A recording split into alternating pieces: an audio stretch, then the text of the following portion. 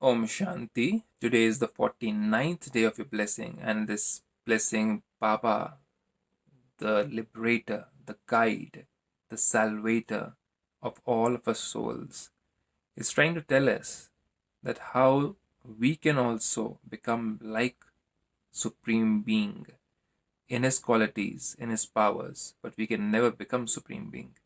We can become divine beings. So, before we become divine beings, do we have the power of taking blessings from not just God, but from other people also? Are we somebody who's going to live and let go of this body, which we call it as death, by giving others sadness, pain, and suffering, and therefore suffering ourselves? Or are we going to give others and touch other people's hearts as God touches our hearts? And are we going to leave this body, or we call it death, by receiving blessings and love and respect of all the people? Let's see how we can do that in this beautiful Vardhan through God's explanations.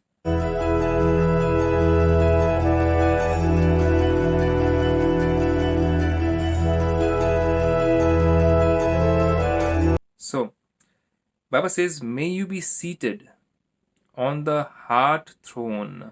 Whose heart throne? God has got a huge heart and a throne of a huge heart. All of us can be seated provided we are following certain Shrimat, the supreme guidance of God. So may you be seated on the heart throne and become seated on the throne of the kingdom. Kingdom means heaven, Bahishta, Shambhala, Shangrila, whatsoever you want to call it in your own language. So Baba says, throne of the kingdom by making your every word a memorial, the same as the Father's. Now, Supreme Father comes onto the earth and He gives us supreme guidance. He guides us. He says, now you become very impure, my children. You are lustful, you're angry, you're greedy, you're egoistic, you're jealous, you're competitive. Leave all those bad habits, all those impure habits. Imbibe the guidance and the knowledge which I give you through Brahmakumaris. Take in this knowledge, become pure again, because you were pure. I created you pure. Now you become impure. I've come to make you pure again. And when you become pure, you'll be getting blessings from other people. You'll be able to see through people. You'll be able to see through people's weaknesses and guide them. But if you are impure, you're only engaged in your own life with your own five sensual activities, and you are just fulfilling your sensual needs, then you're not pure. You can't think beyond yourself. So, how can you even touch other people's heart?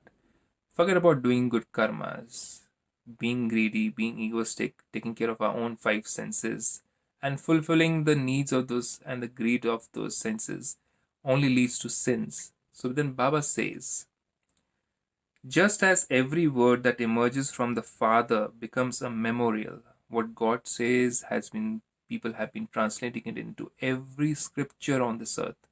They're trying to relate to God's memories, what He must have done, how He must have created this world so pure, how He must have created Adam and Eve, which we actually learn in Brahmakumaris, the real creation of Adam and Eve, how it was, how they sinned, and how they have now recently been given liberation slowly by God the Father. So now Baba says, just as every word that emerges from the Father becomes a memorial, in the same way, whatever words those who are equal to the Father speak become imprinted on everyone's heart, provided they are words which God has taught them to speak, not egoistic, not jealousy, not any of those impure words. Godly words are pure words. So if you talk about pure words, you can see through meditation, through a soul, and you can see the weaknesses, you can see the sadness, and you can give them a solution by those godly versions. Then they touch them. So they become imprinted on everyone's heart, those kind of words. That is, they leave a memorial. Whoever they have a thought for, if you're a pure soul, and if you're thinking about a soul, immediately your thoughts will go as a telepathy to that soul and that soul will be connected to you. That soul will receive your powerful blessings, powerful thoughts, and that will become a blessing for that soul.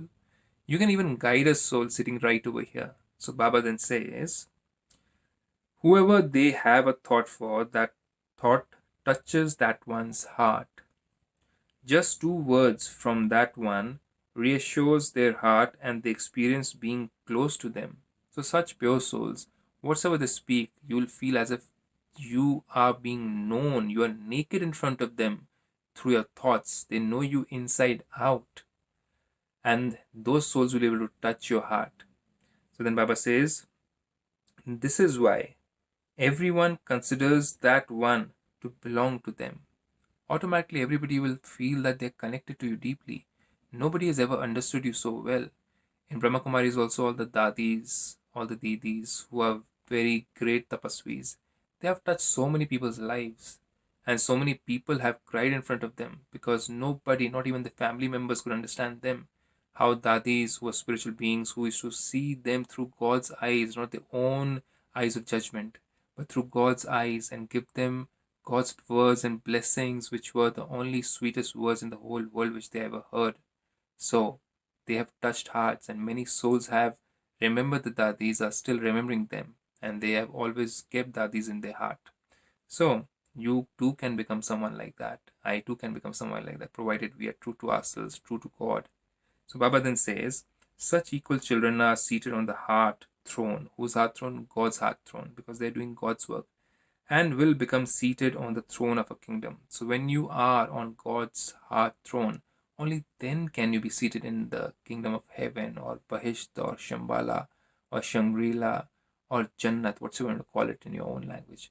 We might become very popular amongst people, but if we are not popular in God's eyes, that we are not doing God's work, then we are nothing. We have attained nothing in this world. So with this, I leave you this beautiful blessing. Think about it. Om Shanti.